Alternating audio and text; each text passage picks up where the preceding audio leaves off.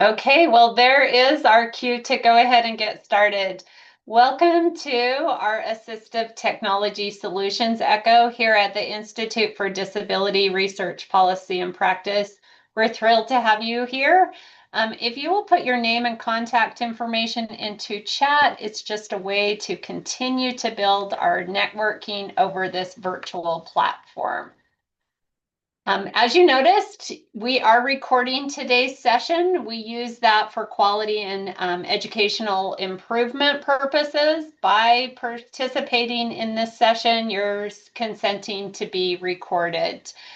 We store those on our Canvas page as well as our YouTube channel. So you're always welcome to go back and review those and share those out with whoever. We love your participation and insight, so please be sure to add your comments, questions onto chat. We will make sure those get answered, as well as if you're interested in doing a case presentation or a problem of practice, a case discussion, whatever makes it a little bit more comfortable for you. It's a great way to learn from everybody on this call, share your ideas. So always, if you're interested in doing that, reach out to us and we will get you on the schedule for that. And just a quick reminder, we do talk about sensitive topics or families and clients that we work with. So please remember to protect their privacy, avoid any identifiable information. If you have any questions about that, feel free to check in with one of our hub members. They have an asterisk or will now have an asterisk in front of their name, which just makes them easier to find in the chat as you're scrolling through that. If you've never been to an Echo session, welcome to your first one. Again, we're thrilled to have you here. We'll always have a subject matter expert. Today, we're really lucky to hear from Kurt Phillips, who is a physical therapist and is also joined by Tressa Johnston, another physical therapist here in our Institute's Early Intervention Part C program. We also have then a case presentation and small breakout groups where we discuss that case. That is the most amazing part of an echo, is really to hear from everybody on the call, solutions and problem solvings around a case. And it continues to build that professional networking. So to know that who I can reach out to when I have a question about something or a family that I come up to Arise have, and I can reach out to Kent and say, hey, give me a few ideas on how I can improve this technology with him or whatever is shared during those. So be sure to stay on for our case presentation. If you have a minute, if you'll just rename your profile, you can do that by clicking the three dots next to your name. Again, it just is a way to build that networking and get to know each other on the call. Zoom, we've been on it for a while, but if you need to know how to raise your hand or do a reaction, it is on the Zoom bar, and you can, like I said, any questions or anything you have, you can put in chat, and we will make sure those get answered for you. Just a few echo session etiquette. So if you'll always remember to keep your questions brief and on topic. Again, introduce yourselves, and if you feel comfortable, turn on your camera. Again, it just helps build that community of networking that we're trying to establish in this virtual community. Throughout today's session, we will be dropping a certificate, a survey link, and that is how we will be sending out our certificates or credit for attendance. Thank you to everybody who fills out those surveys. It really does give us information of what you want to hear during these echo sessions, as well as what we can take back to our funders in order to keep our sessions free to everybody. I mentioned before, oh, I have the wrong email in this one. Sorry. No, I don't. Anyways, that we store everything on our Canvas page. In order to get access to that Canvas page, please email us at projectecho@usu.edu and we will get you access to that. That's where we store any handouts that are shared, the PowerPoints, the video recordings, the list of all the case recommendations. So perhaps you were on a case and now you have a family or a client that you're like, ooh, what was that recommendation? You can also go back and download those and use those with the families you're working with as well. Just another plug for case studies. If you would like to be considered for that or join that, please reach out to Project Echo at usu.edu and we will get you on this schedule. So I'm going to go ahead and stop sharing and turn the time over to Kurt. Awesome. Thank you, Janelle. Let me just get figured out my share here. All right. You guys are seeing the regular view, not the presenter view, right? Perfect. Yep. Thank you, Janelle. Thanks, Leo. I'm always grateful to be part of this ECHO project. I work up here at the Institute for Disability Research, Policy, and Practice with Janelle and Leo and Tressa and Bora and a slew of other people that are here on this call. And this ECHO network has really been a wonderful way to share information. So a little bit about myself. My name is Kurt Phillips. I'm a physical therapist by profession. I do part-time physical therapy and part-time administration at this point in my career. I'm also a father and a grandpa. You'll see a little bit of my grandpa come out here in a minute. But I love looking at movement, mobility as a physical therapist, and really it have come to recognize over the course of over 25 years working in the Part C early intervention programs that movement really is a means to an end. It's a way to get us from where we are to where we want to go. It's a way to help us interact with other people. It's a way to create independence for us. And so Janelle asked if I would share a little bit today on this idea of movement or mobility and the human experience. So with that being said, I just want to go ahead and take a look at objectives. So the first objective out of the 5 that I've got here, discuss why mobility or movement is a critical part of the human experience and explore what typical movement might look like.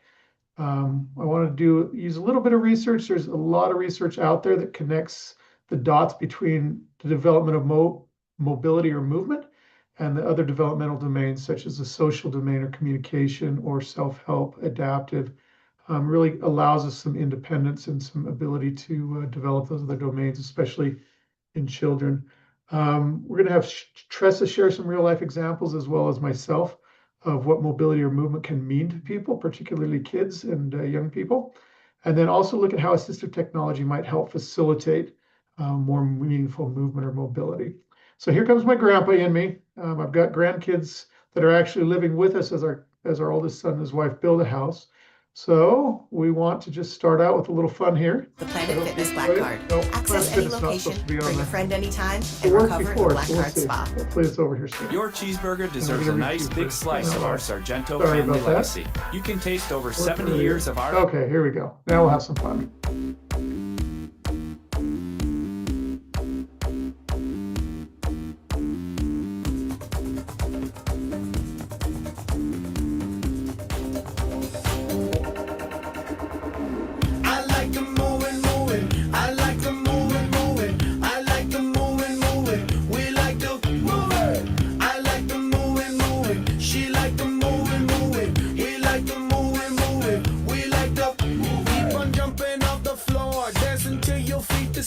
Party hard just like it's Mardi Gras, cause that's what life is for. And we don't party hardly, we just party hard. And not because we bored, we party cause we born to party. We gon' move our bodies with our hands in the air and wave them all around like we just don't care.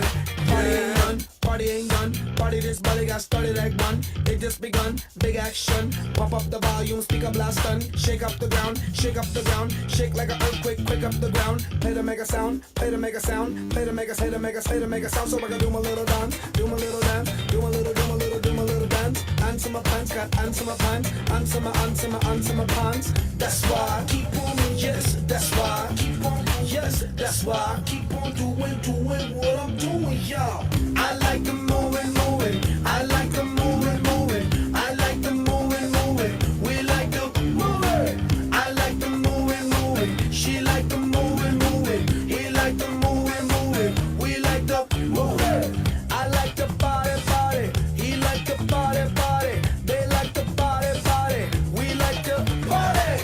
She like to shake it, she like to shake it, he like to shake it, yeah. Somebody say ho, say ho, ho. Back it up, back it up, back it up, back it up, back it up. Yo, somebody say yeah, say yeah, yeah. Back it up, back it up, back it up, back it up, back it up, back it up, back it up, back it up, back it up, back it up, back it up, back it up, back it up. Give me room, give me room, give me room, cuz. First name Moto, last name Moto. Here's how you spell it, M-O-T-O, M-O-T-O. When I step in, all the girls want a photo. You know, hey, yo. We like the body, we like the body, we like the body, we like the body. We like the moving, he like the moving, they like the moving, moving.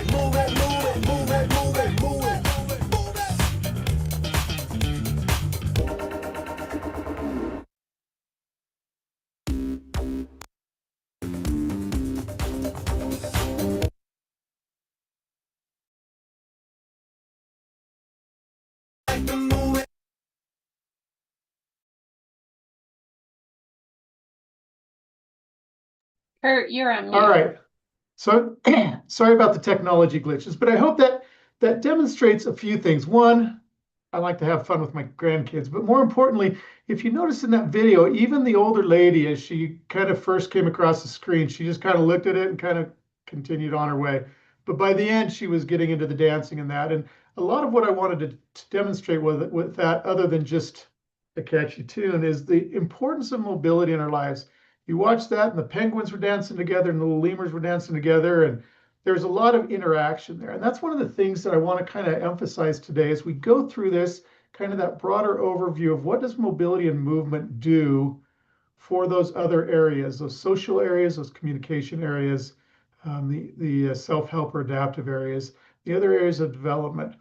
I want this to be interactive, so I want you to throw into chat, and I'm not seeing chat on here because I've got my presenter screen up. So if one of you guys over there, Janelle or Leo, could kind of monitor that chat for us.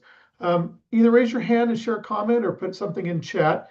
But I want to know to each of us here, why is movement or mobility important? Is it because we want to dance? Is it because we want to be able to play with our grandkids? Is it because we want to play a sport? Is it because we want to be able to interact with our friends at a social event? So would anybody be willing to share why movement or mobility is important to you? Probably coming off mute is easiest if you're comfortable with that.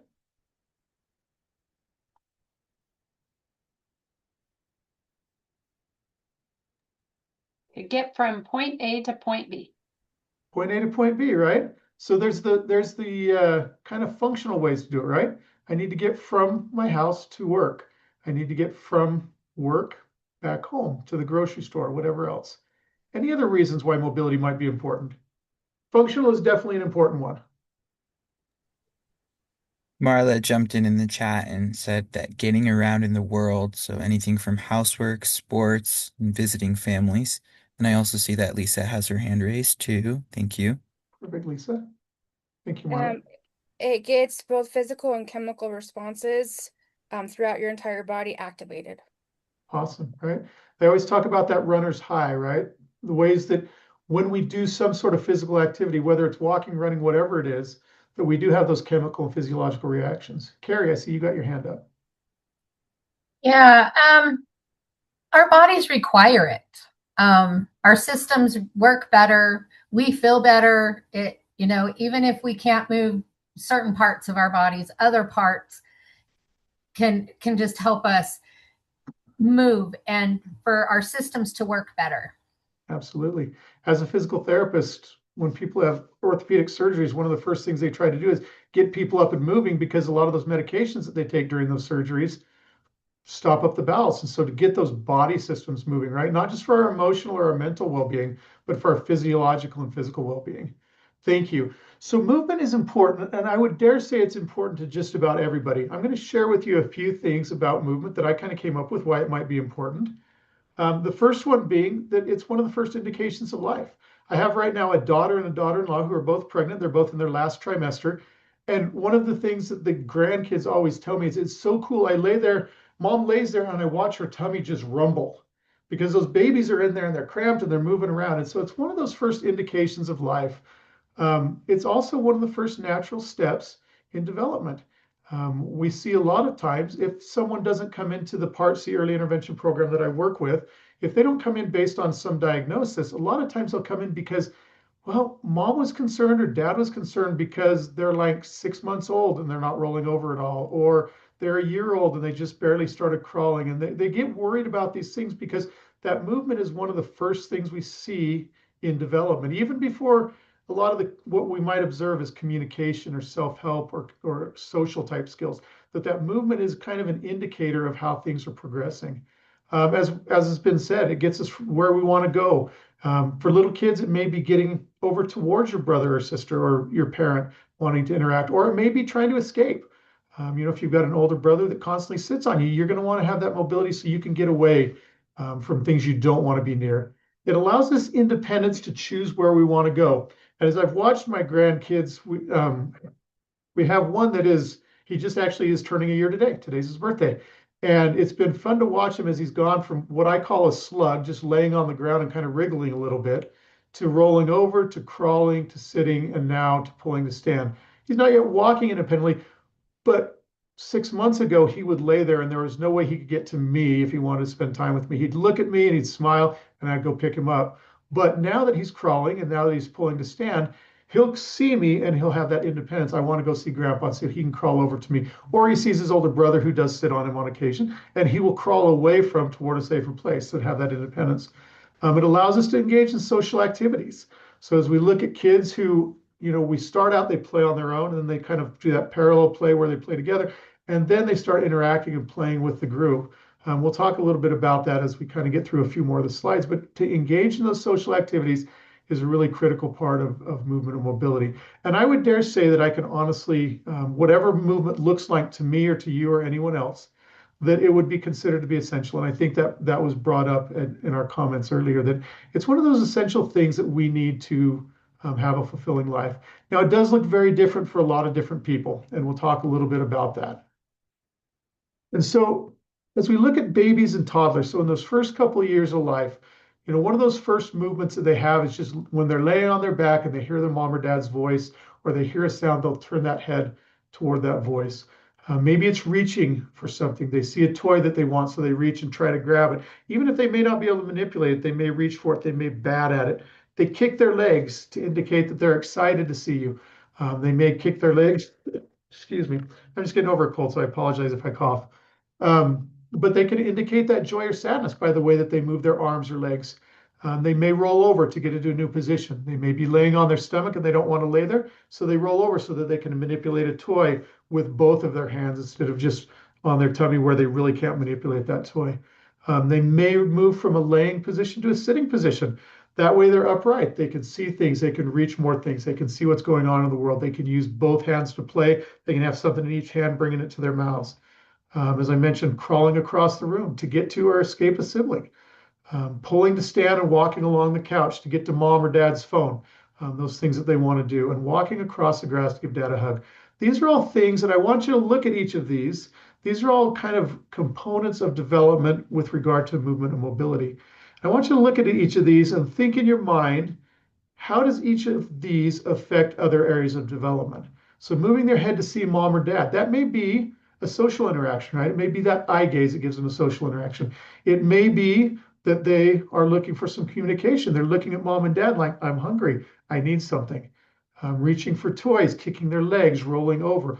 All of these things that can help encourage the social interaction, can encourage some sort of communication, can be an independence, a self-help, a self-preservation, right? And so movement really is critical to so many areas of life other than just that functional point A to point B, right?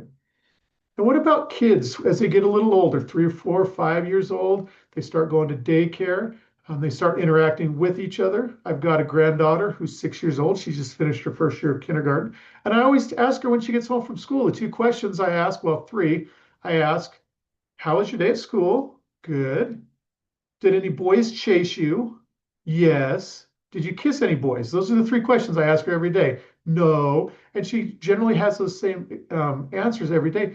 But that ability for her to run and chase and develop that social interaction and those play skills that are necessary for her to be able to interact with her peers, to develop those skills she wants to. Jumping in puddles, that exploration, right? I jump in a puddle, it splashes everywhere. That's funny. It gets me wet. It drives mom crazy, whatever it is. But I can jump in puddles and I can have those interactions or those responses to jumping in puddles. Swinging on a swing. If there's any out there that are aware of or informed about sensory integration or those kind of things to help calm senses. Swinging in a swing. I have a daughter who's 15 now, and man, she will swing in a swing all day. She has some sensory things that she loves, that feeling of swinging. And so when we had a swing set and she was little, she would swing literally for 30 to 60 minutes. And we'd have to go say, come on in, you've swung long enough. But those kind of things that not only meet the needs of playing with other kids, but also can meet some of those sensory needs. Learning to do somersaults in a gymnastics or tumbling class where they're interacting with other people. Rolling down a hill. I don't know if people still do that, but when I was a kid, we had a little hill near our place and we would lay on our sides and we would just roll down that hill to the bottom until we were sick. Engaging in sporting events or dance, a great opportunity not only for a physical activity, but that social activity, the communication that comes with that, and then climbing a tree. All these things that are kind of typical movement that we see with children and youth are good for developing those motor skills and those mobility skills and strength and all those things we talk about, but also is so important in developing those other areas of development. Now, what about atypical movement or people who have more movement challenges? So not everybody is able to get up and run around. Not everybody is able to roll down a hill or climb a tree or those things that we've talked about. And so mobility doesn't have to be limited just to those who can engage in typical mobility. So I've listed here a few different disabilities or disease processes that might limit the mobility and the ability to move in a way that we might consider typical per the textbook. So cerebral palsy is a neuromuscular disorder where the muscles in the brain don't connect exactly like they might in someone without cerebral palsy. A lot of times you'll see people with cerebral palsy, and I would guess that this picture that I have over to the right is a little child that has some sort of neuromuscular, maybe cerebral palsy. You can see that his hands are tight. They're in an extended position like this. His thumbs are tucked in. His shoulders and arms are straight. His shoulders are somewhat elevated. His head's cocked to the side, and that may be a playful movement, or it may be that those muscles are tight and kind of hold him in that place. Now, he may be one. He may be able to walk. He may not. But are there ways that as assistive technology professionals or people who are involved in assistive technology, are there ways that we can help facilitate movement so that he can gain the benefits of movement, even if he's not getting up and running or getting up and crawling or climbing a tree or jumping? Spina bifida, which is a neural tube defect that happens early in pregnancy and affects the nerves below wherever that lesion is, typically in the lower back. A lot of times people with spina bifida don't have full use of their legs, bowel and bladder and some of those other things. And we'll see, I've got a little video I'll show you a little bit later on that is a young man who has spina bifida who's overcome that through assistive technology mobility. The loss of a limb may not allow us to be able to write or climb or hang or run or whatever the case is. Traumatic brain injury, spinal cord injury, and other undiagnosed conditions that affect the tone. And when I talk about tone, I'm talking about the underlying muscle tension. So how tight are the muscles? How loose are the muscles? These are all different things. And there's more than what we could talk about in this session. Different things that will affect the ability for people to move in what we consider a typical way. But as all of us know that work in populations that use assistive technology, because they can't move in what we would consider a typical way, does not mean that they shouldn't be able to move.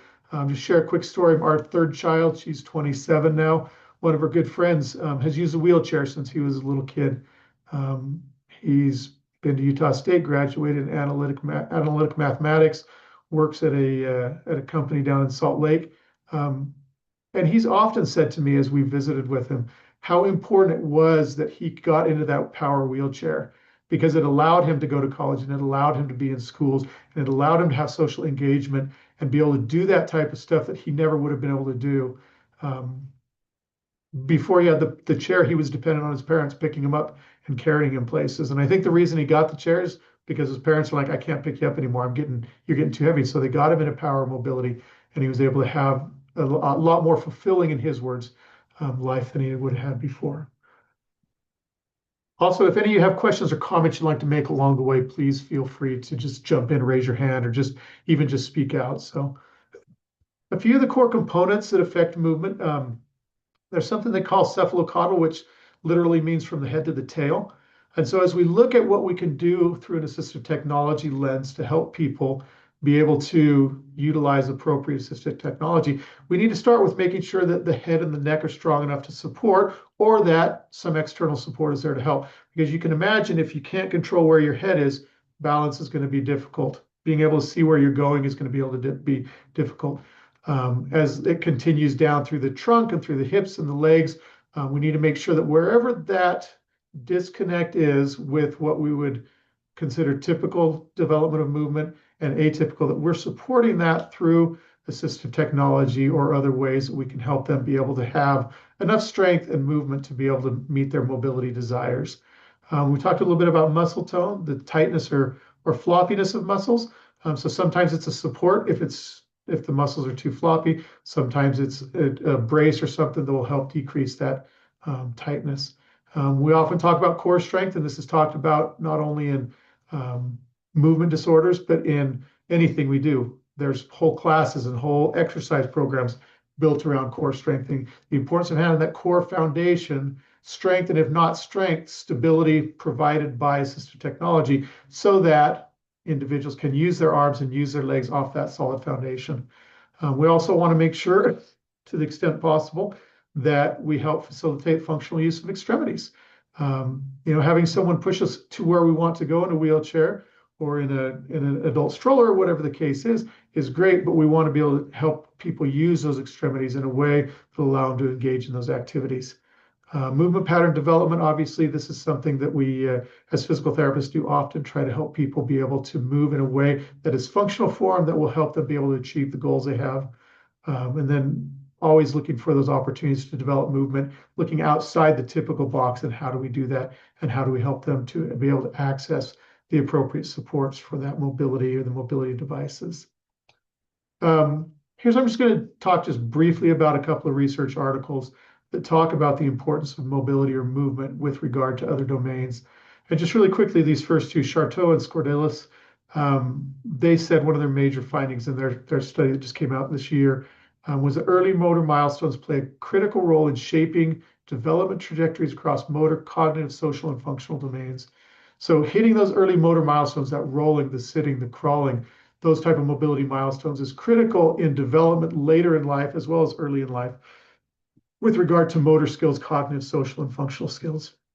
Zhang, in an article that he wrote with his colleagues last year, indicated that in early childhood, which they defined as 3 to 5 years old, that locomotor skills, so movement skills, are particularly relevant in the early years when considering social interaction. So recognizing the need for people to move and to interact.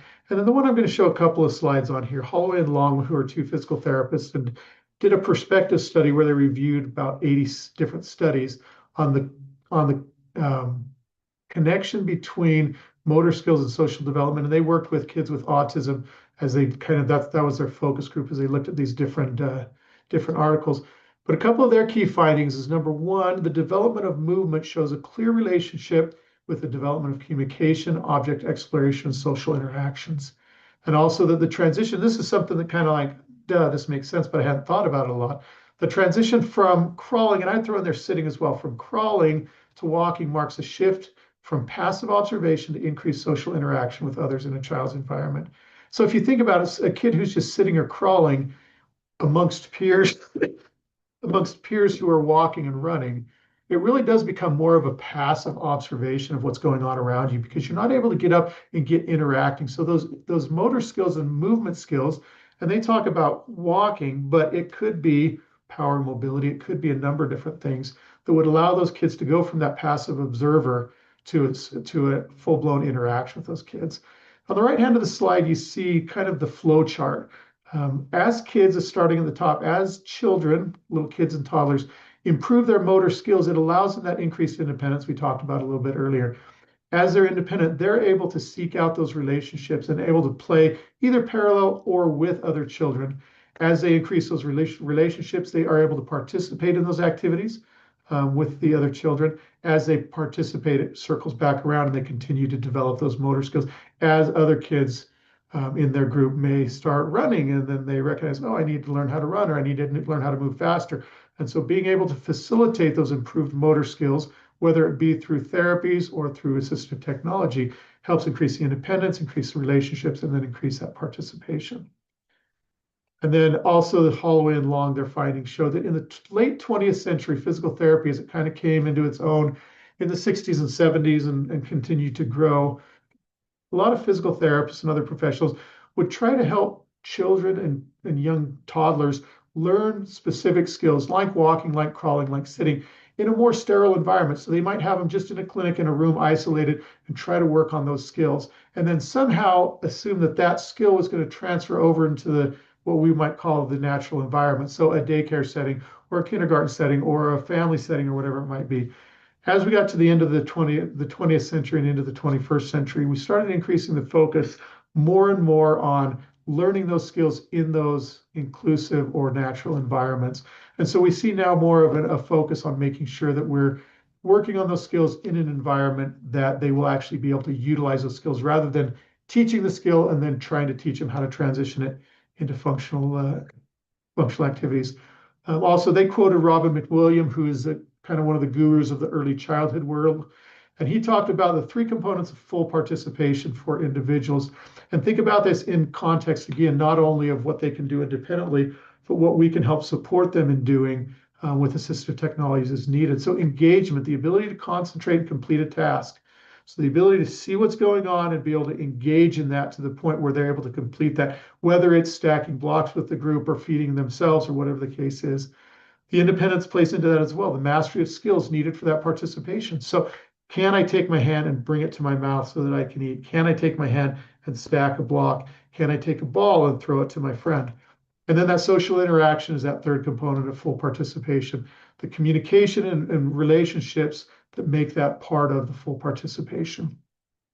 So all of those are important to be in full participation. And as professionals, those are the things we need to help facilitate in kids. So that question, as I've been asking all along, how does this fit into assistive technology? Now, we're going to go into, Tressa is going to now share with us some real life examples of some pretty early on assistive technology, as well as some later on assistive technology that can help people, kids and older kids and teens and that, to be able to fully participate. So Tressa, if you want to go ahead, I'll stop my share and you can go ahead and share your presentation. Thank you. Hi, I'm Tressa Johnston. I am a physical therapist. Oh, 1 second here. Also that works with Kurt. Oh, hang on.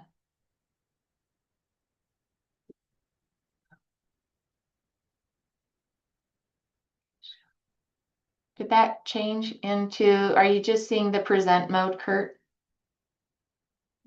We're just seeing you right now. Okay, there we go.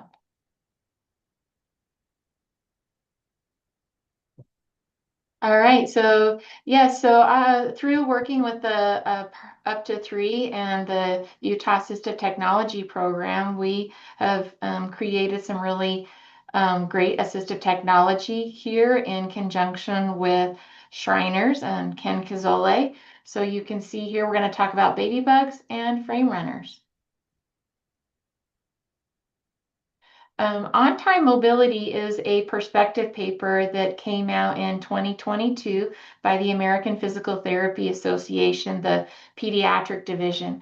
And what that framework focused on was exactly what Kurt's been talking about, the mobility and advocating for early assistive technology to support age-appropriate mobility during the typical development of when that mobility would occur. Assistive technology is empowering independence and creates that cascade of developmental changes across domains. The baby bug was designed and created by Ken Kazole. He is an occupational therapist who was at Shriners Hospital in Salt Lake. From there, after he retired, Scott Jerome and Barb Johnson kept the baby bug learning toy going by gathering some data on it. It is designed to be lightweight and to be on the ground to allow infants and young toddlers to be able to engage in socialization and play while they're on the ground. Utah Assistive Technology Program took help to redesign the baby bug.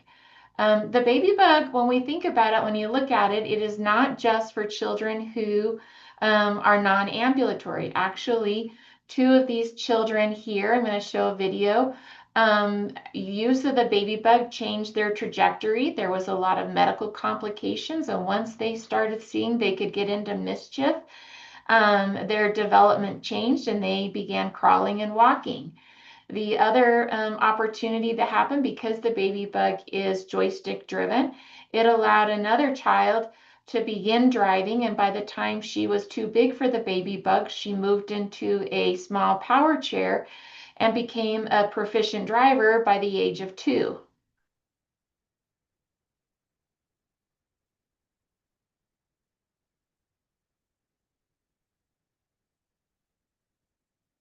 So this is a child that was born 3 months early. So her adjusted age in this video is 6 months.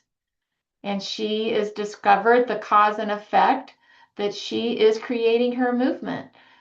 This was her 3rd day in the baby bug.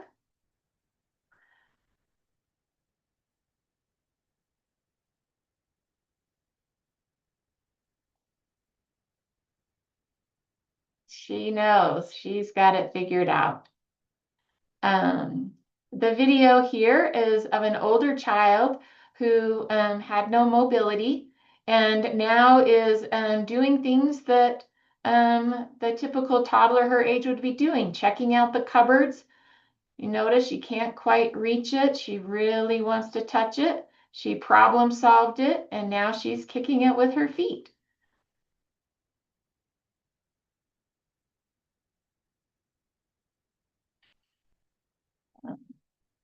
As we look at the on-time mobility perspective, it has shifted this year. They have expanded it to include other stepping devices and any assistive technology that helps kids to be mobile at an age where they would be developing other skills.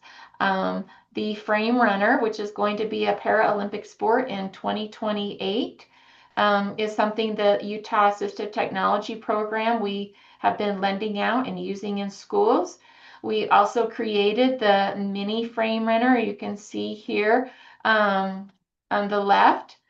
And this is the same child. She started with the mini frame runner at a young age of 3 and is competing in little fun runs here at the age of 5.5. The frame runner is a 3-wheeled device with a seat and chest support. So it allows for upright or forward leaning position. The frame runner has been around since the 90s in Denmark and Europe. They have been using it pretty extensively. They refer to it as a race runner over there. When we look at mobility and we think of assistive technology, something that maybe is helpful to use is a classification system. The gross motor function classification system was developed to identify function for children with cerebral palsy. So when we think of it has 5 levels. The higher the level, the more severe the physical impairments. So when we look at a level 2, this is somebody that may be using an orthotic and is walking fast, or maybe just walking and uses a handrail to access stairs. As we move up in those levels, we can see that the use of assistive technology increases from walkers to wheelchairs to standing frames and to other power mobility devices for community or local ambulation. And this is a video kind of to give an example when we think of children who can benefit from the frame runner. Up there, to go to your concert.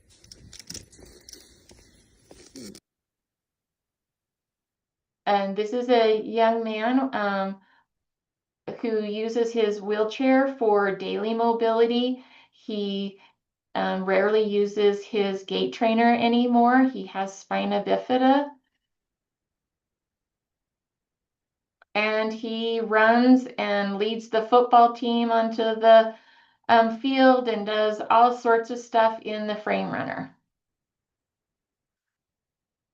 When we look here, we're kind of just observing, like we can observe his gait, and here is his first time out using the frame runner, and you can look at how quickly he's making steps. He's figured out he's got some free motion there. He's going to coast a little bit, and he's out taking a walk with his family.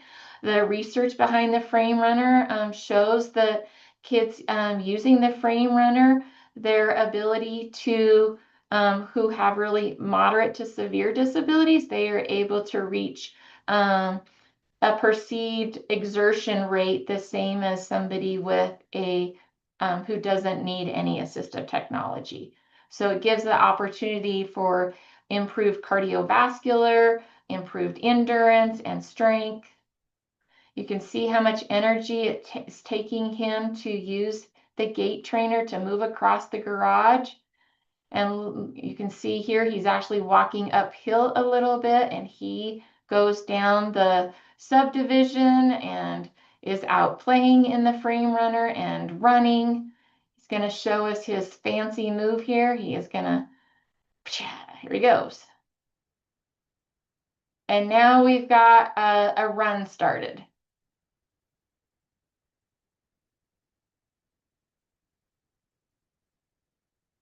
The CAN child out of Canada, they took the international classification framework model that the World Health Organization and other medical providers use with insurance, and they turned it into something that is more relatable. In that when we think of assistive technology and we think of movement and we think of participation, we want to think of that person as a whole. So the ability to access and move, that would be their body structure and their activity of how their body functions. We want to see them actively participating with friends, and knowing when we think of the environmental support and how that assistive technology helps them with their family and to be able to talk to them, hear them, and find their place. Personal factors is the fun, and just that, as Kurt mentioned, that active participation versus passive participation in observing or someone moving you for you. Just going to show another video here of, oh, sorry, same one, right here. You can see she's running uphill in the frame runner. It's gonna power up again. Ooh, good job, Addie. Good job, good job.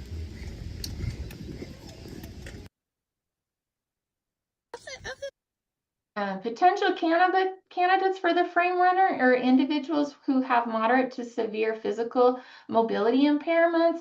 Perhaps they have difficulty in motor planning or balance impairments. Individuals with other degenerative conditions like muscular dystrophy or other genetic progressive conditions. And so when you're really thinking about it, you're thinking about any child or adult who could use assistive technology to travel farther, to run, to move across the grass. So we're not limited by diagnosis. And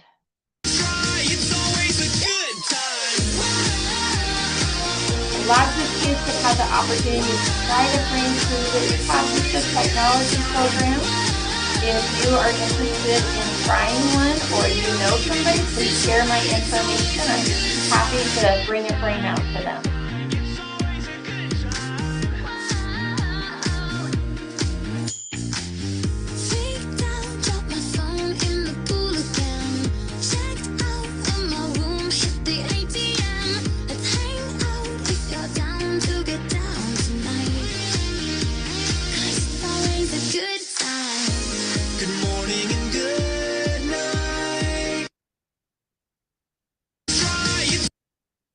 These are the patient, a lot of research has been done on the frame running the last few years. There's a lot of promotion of use of the frame runner as a stepping device for outdoor mobility. And between pretty extensive research across multiple researchers, the participants have all reported increase in physical fitness, increase in functional mobility, improved mental health, improved cardiovascular and cardiometabolic improvements, improved confidence and enjoyment, independence, and finding a sense of belonging by participating in events with other individuals with shared experiences. There's lots of ways to use the frame runner, whether it's t-ball on the grass, football, fun runs, family activities. When we think of the fun run, we are adapting to their ability. We're not expecting everybody to run 1 mile. Some of the kids have been able to, and other kids, we are joining in at the distance that's appropriate for them.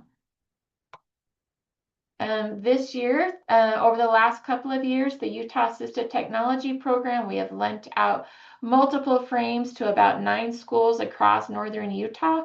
We will be having if you're interested and you're up in northern Utah, a trial on June 24th at the Logan Hospital, Logan Pediatric Rehab. If you are interested in trying a frame, hosting a frame runner clinic, or starting a club, please let me know. You're welcome to text me, email me, call me, whatever your heart desires. Thank you, Tressa. Thanks for a great presentation. And I wish there was more video of what they look like when they're running. You saw the one in the hallway that he was lit up and his face was going, and he was just like, this is like the best thing ever. And so, like I say, I wish we had an opportunity to be able to see that a little bit better.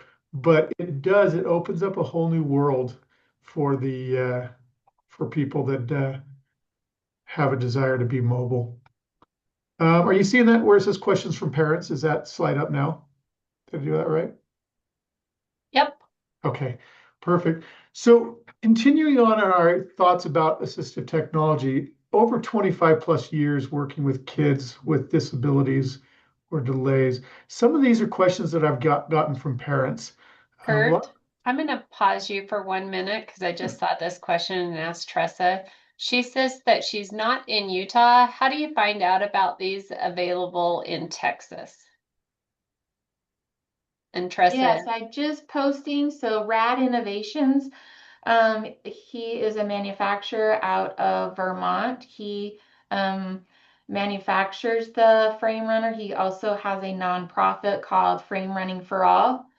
And so there is a map on his website to let you know where there are some frame runners. If you need assistance or you would like some ideas on, there's lots of different accessories to go with the frame, you are still welcome to reach out. I believe they were trying to get some frames into San Antonio, but I don't know if that's occurred yet.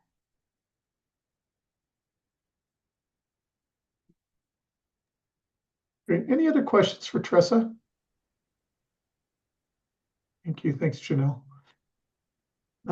So as I was saying, one of the things that we often hear are, how is assistive technology going to affect my child?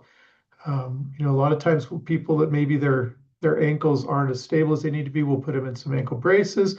We'll use a walker with them to help facilitate those first steps. Parents are consistently asking, if my child uses a walker, is it going to keep him from learning how to walk on his own? What if my kid wears some braces on his feet, is it going to keep him from developing the strength he needs to be able to walk without braces? How do I afford this? Where do I find this? Who specializes? How do I even know what I need? How early is too early? And as you saw with Tressa's presentation on the baby bug, at 6 months, learning that cause and effect and how to be mobile is the answer to that is really there's not a too early for assistive technology. So these may be some questions you might come across as you're working with individuals, particularly kids.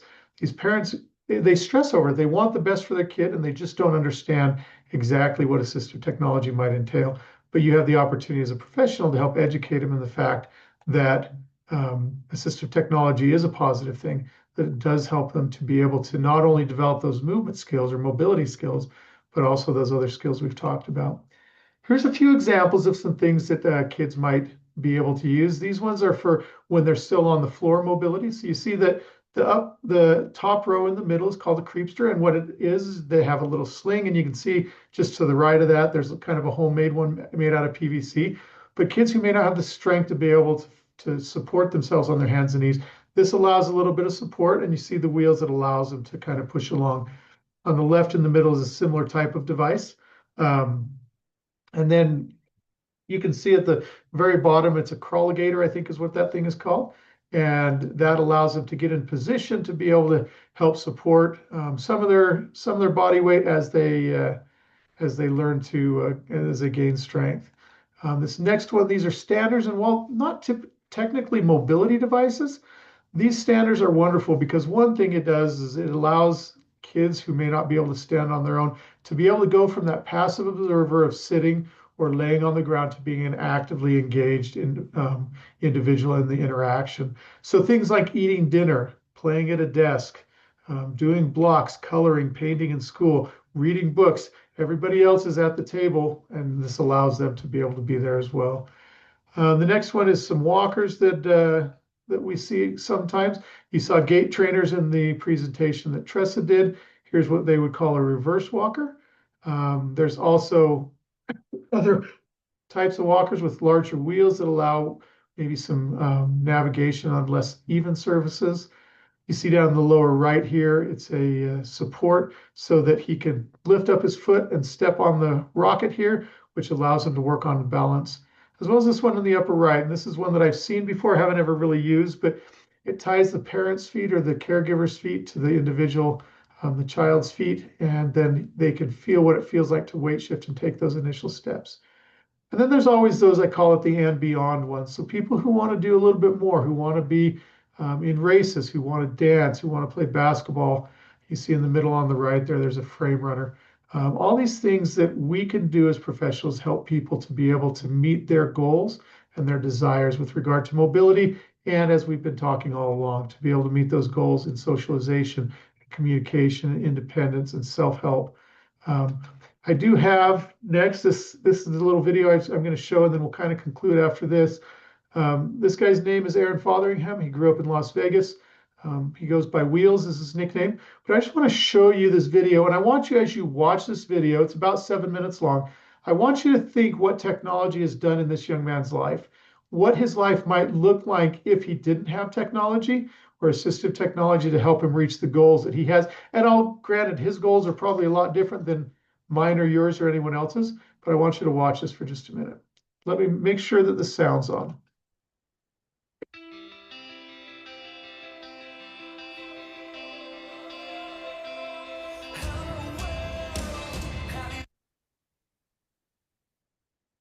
Oops, sorry, I think I paused it. Sorry about that.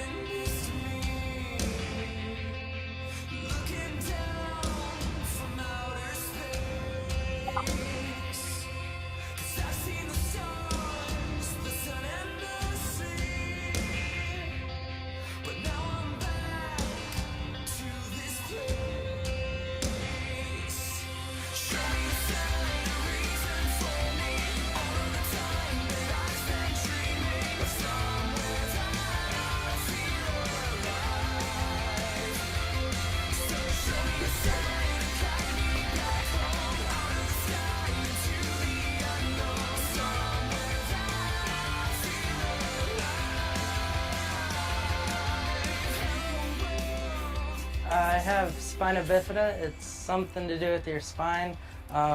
It's a birth defect, and I've never really researched what it is or what it does, just because, you know, I just don't really focus on that. But I've been in a wheelchair my whole life, and when I was about 8, my brother, you know, he was into BMX at the time, and I would go to the skate park and just watch him ride his bike, and then he told me, he's like, you should try it on that wheelchair. And I was like, I haven't even thought about that. So, him and his friends helped me get my chair to the top of, a 4-foot quarter.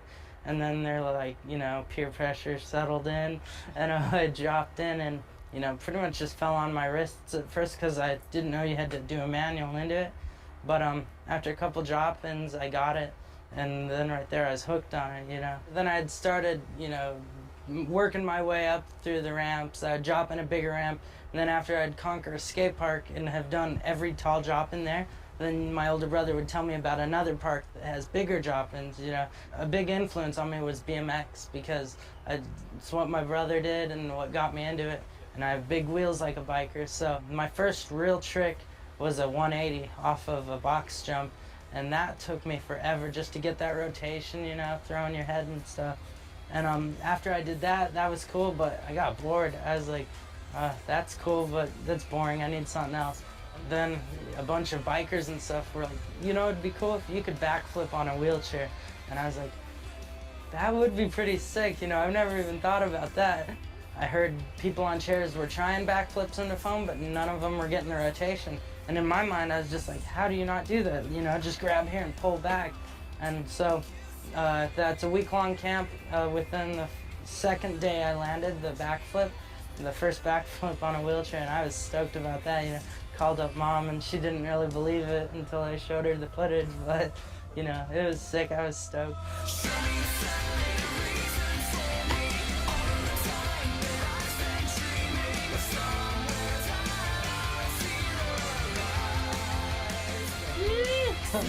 Sick, dude. Well, Wheels came about, it started off in middle school. I always go around, you know, doing little tricks to impress the girls and stuff, and just, you know, always in a wheelie and jumping stairs. You know, just all the kids started calling me Wheelies because I was always in a wheelie, and then it just transformed into Wheels, and it's just what I've been called most of my life, you know, from middle school up. And I actually respond to Wheels faster than Aaron because it's just, I'm used to Wheels, you know, thousands of people are named Aaron, but there's very few Wheelsers.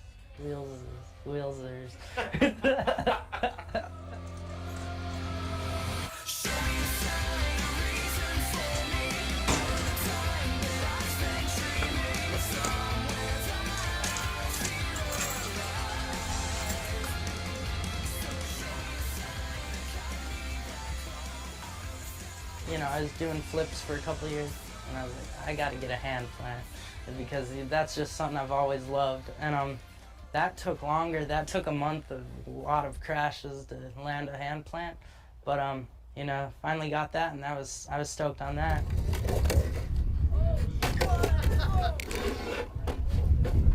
The hardest part about riding this park is there's no ADA accessible entrance. That means there's no way for a wheelchair to get easily in and out. Well, in, yes, out, no. So this is the best way I've found to get out of this bowl. You know, then watching X Games, I see something called the Mega Ramp, and I'm like, that's sick, you know, like, that's one of the coolest things I've ever seen. So I was like, you know, I need to get on there somehow. And then one night, I'm checking the feedback from my website, and I had an email, and it was from Nitro Circus, and, you know, they pretty much said, we heard from Travis that you were doing flips, and you were kind of looking for something like this. And I was like, I freaked out. I was like, Nitro Circus and a big ramp? So I went in and woke my parents up, had them come read the email. I was so stoked. Before I knew it, I found myself at practice for the Nitro Live tour. It was cool. It gets me too pumped. Like, I'm not scared to go down the ramp because of all the people. I think I get overly pumped. Like, I use that crowd's energy too much sometimes, and I have to tell myself to calm down, or I'll end up doing like a triple backflip when I'm going for a single, you know? Just gotta relax and breathe, you know? This whole experience so far with Nitro and everything that's happening in my life right now, it feels like a dream. Like, right now I think I'm just like, you know, I think I just got a concussion and this is all going on in my head. I'm just scared to wake up, you know? Like, I don't want to wake up and be laying out in the skate park, you know? Because this is more than I could ever dream of. Things have happened that I never thought would happen.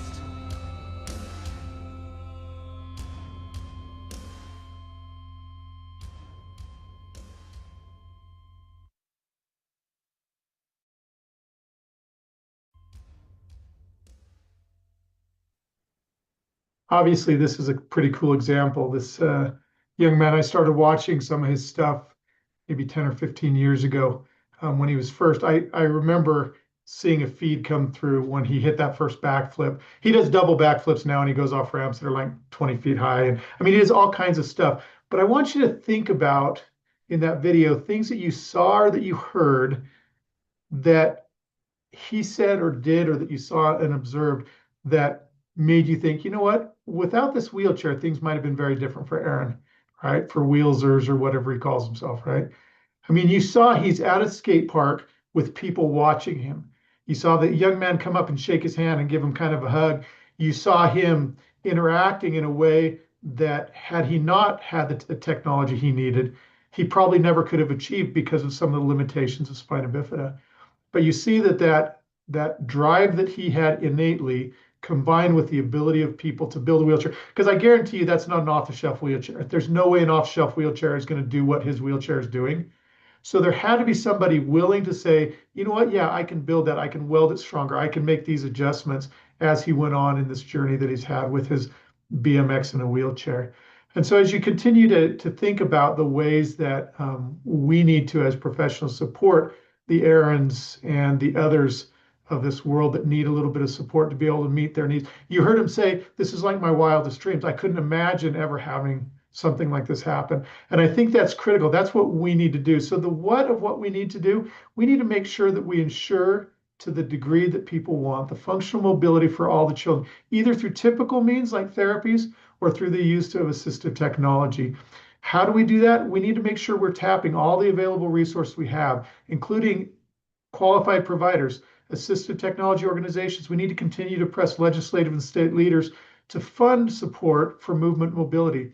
Tressa is a great advocate of adaptive recreation, not just from the standpoint of being able to interact with other people, but you heard her talk about the cardiovascular effects and the positive health benefits that come from being mobile. And we need to make sure that people who may be 1 or 2 degrees removed from people with disabilities understand that people with disabilities have that same desire to be fit, to be able to do what they want to do. And then why do we need to do this? Obviously, we need to make sure that we educate and advocate for movement mobility to make sure that we're helping with that movement and motor development, but equally important, we're providing the opportunity for the proper social, emotional, adaptive, and cognitive development with people who have disabilities. So with that said, thank you for listening to me. Thank you for sharing this time with me as I talk about something that I feel passionate about, which is the ability for people to be mobile, to be active, and to be able to develop not only in mobility, but also develop in those other areas. So before we shift to the case study, are there any questions anyone has, anything they'd like clarification on?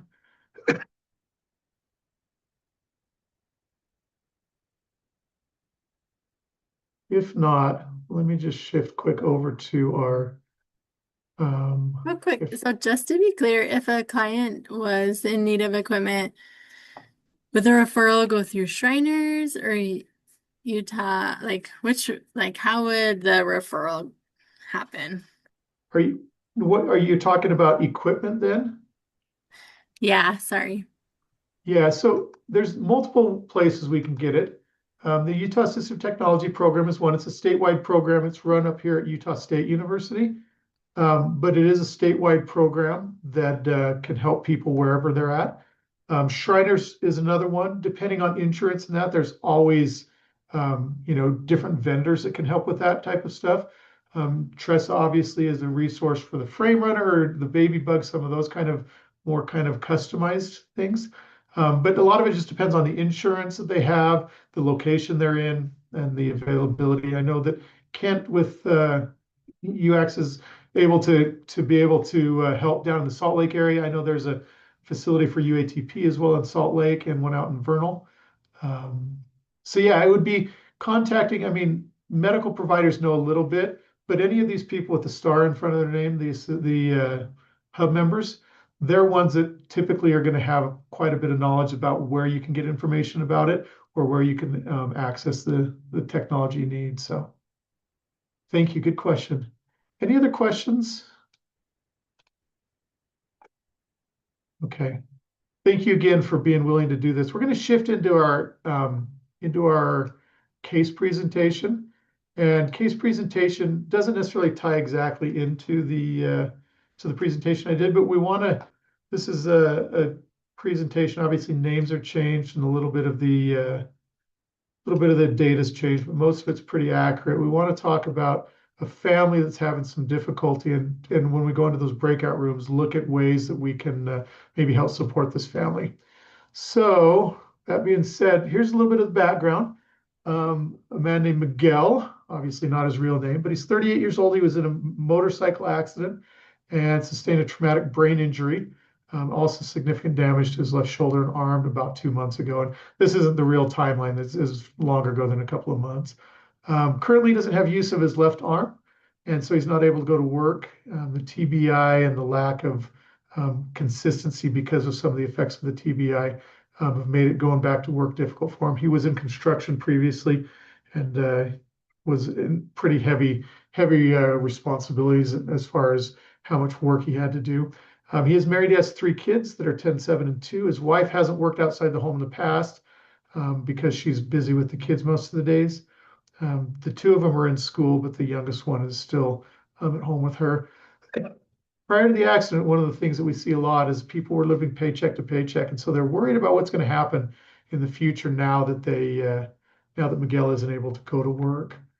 The main areas of concern, obviously, the lack of income and the unstable housing situation. Their landlord was really good with them and would help accommodate them, but obviously couldn't go for a long period of time without having to collect the rent. The medical bills continue to go up. The stability of the children is really important to the family. They finally started finding friends after being here in the area for a couple of years. They are from a Hispanic background, and based on the current climate, have been a little bit leery, a little bit wary of sharing information with government workers, government agencies. The other concerns are kind of that long-term employment for Miguel. What's it going to look like, 6 months from now, a year, 5 years from now, and the possible need for his wife to be able to gain employment, and where does she find skills for that? Obviously, the goals: find some source of income that will help sustain them in the short and long term, to be able to maintain local housing so that kids can keep their friends, and finding coverage and resources to help with the medical bills, as well as to help find not just the past medical bills, but things that are going to happen with regard to assistive technology or things to help Miguel in the future. Some of the barriers are just the fear of giving out information, the uncertain effects of what the TBI will end up settling like with Miguel. And then, as I said, Sylvia hasn't worked outside the home and doesn't have a lot of marketable skills in the workforce at this time. And so some additional information: Miguel, he's a really hard worker. He's willing to do whatever he needs to do, but obviously with the TBI and with some limitations, significant limitations with his left side, it takes construction, makes it more difficult to work in that field where he has all of his knowledge and experience. They do have some family in the area, but the family also lives month to month, so there's some resources to help, but not a lot. The doctors aren't hopeful of any kind of increases or improvements in Miguel's left hand, other than maybe some light duty use that he can maybe use it for. And one of the big concerns is that Sylvia was born in the U.S. and the kids were, but Miguel came when he was 12 and he doesn't have proper documentation. So there's some fears there, and that's one of the things that they have to kind of navigate. So the questions for discussion: looking for resources to help with any kind of housing, food, miscellaneous, the expenses, the day-to-day stuff. What can be done to help offset or solve some of the medical bills? What assistive technology solutions might be available to this family to help Miguel be able to either continue in employment or to find some new employment? What about retraining for Miguel, or training Sylvia in jobs that will bring in enough income to be able to sustain their life? And how do they navigate the fear of sharing information with their situation to get help through government programs or such? So those are the things. I would love to have some input on this from those of you who are on this call. I think Leo is going to put these, or has put, the questions in the chat. So I'll turn it over to all of you to come up with all the solutions. Okay, it looks like we're back. And Kurt, were you in the other group? Kurt and Lisa, Yes. and I don't know who took notes and wants to do a little share out. Yeah, I took notes. Give me just a second to find them quick. I just sent them over to you guys. So we talked a lot about, ours was on the on like the financial and the work training and the fear of sharing. One of the things that came up, one of the barriers is just the citizenship. That's hard to get some of those government resources if you don't have citizenship. So I think it was Carrie said that to find an advocate to help with that citizenship status. And that there are some pro bono lawyers and other foundations that help with citizenship. La Luz Foundation is one more I think found. As far as resources, the 211 helpline or findhelp.org a lot of times can help you find resources for housing or food or that kind of stuff. The food pantries are in most communities. We also talked about the importance of vocational rehab and helping with a lot of different things, not just job training and finding jobs, but a lot of different aspects that they can help with. So yeah, really good discussion. Yeah, and our group had a really good discussion too, but similar to what you just mentioned, some things around that citizenship. I think it was one of our biggest barriers. And somebody even mentioned checking into his path to citizenship, and that might speed up the process. Other things that were brought up was reaching out to the community as well as religious organizations to help with that employment and food support. And then Dan O'Crowley had a great one of just Googling one-hand supports and for whatever activity and find low-tech technology, but also reaching out to UCAT and UATP to help with different work options. So some great discussions and great ideas for a pretty challenging case. Just a reminder, we will be having our next session on July 7th. AgriAbility is going to be coming and talking to us. And just a plug, if anybody has a case that they want discussed, please reach out to us and we'll get you set up. So thank you everybody for your time and contributions for today. Enjoy the rest of your day.